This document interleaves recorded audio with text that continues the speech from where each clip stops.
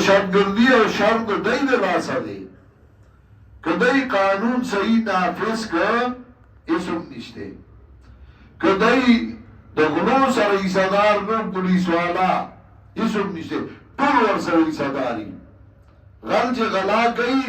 د علاقې اس ایچ او د علاقې تانیدار هغه ور سره ایساداری هغه لا باقاعده ایسه ورکوي او چې هغه ور سره ایسادار نه یې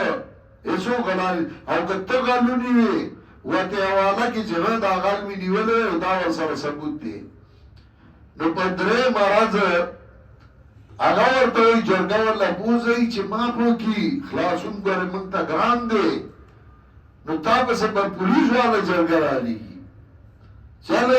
تاسو رضا کوي ځکه دا هغه مرګره دي نیولې په نو تاسو په جرګه غل چاپه کې غل نو لاس کټ نشو اګه عدالت ته پیش کې نو داړو ګناه نه داړو جرم نه دی مغان زمانه دوشي راوځي بل داغه نه غټه غلا کوي قاتل قتل د ګناه نه دی داغه زمانه دوشي راوځي بل مړ کی سزا خو نشته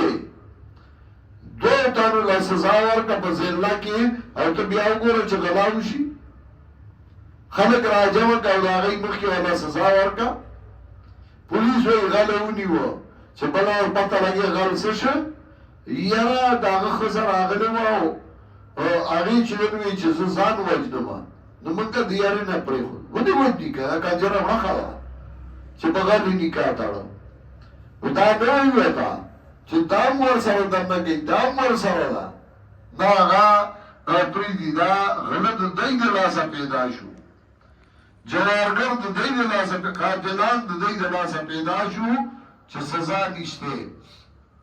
او کوم ملک چې عدالت نه یې غایب هم دا کانجامي دغه شرمه په کې زیاتیږي او دهشتګردي به زیاتیږي او فساد به زیاتیږي او اس نتیجه نه راوځي من ته وایي یاره دهشتګردي به څنګه ختمېږي دهشتګردي ته ماته ضلع والا کا او آیته چې څنګه ته کا امن را که په ضلع کې مانه چا سره خوځو بیا زه به سړی دی نو بیا وایي په ریاست کې ریاست جوړوي بیا زه والا دا نوم ورکي ته حواله کوي او سم سړي ده چې بیا امن راځي او که نه امن دی نه راولي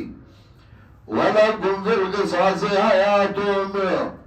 تاسو لا بدلا غوښتو کې ژوند خوشاله دی اے خاوندان د عقل صرف ملا او طالب غریب مجرم دی ونیوا رکا چې پته نه لګي کم جیل کې دی او کم ځای کې دی لخیر ما ځکه چې بیا به کیسو چلیږي نو مرده به جاړي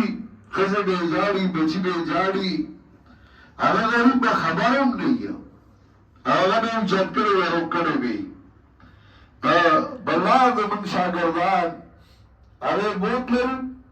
وکاله وته کاله بعد هغه پرې خودل څه چلک څه ثابت نشو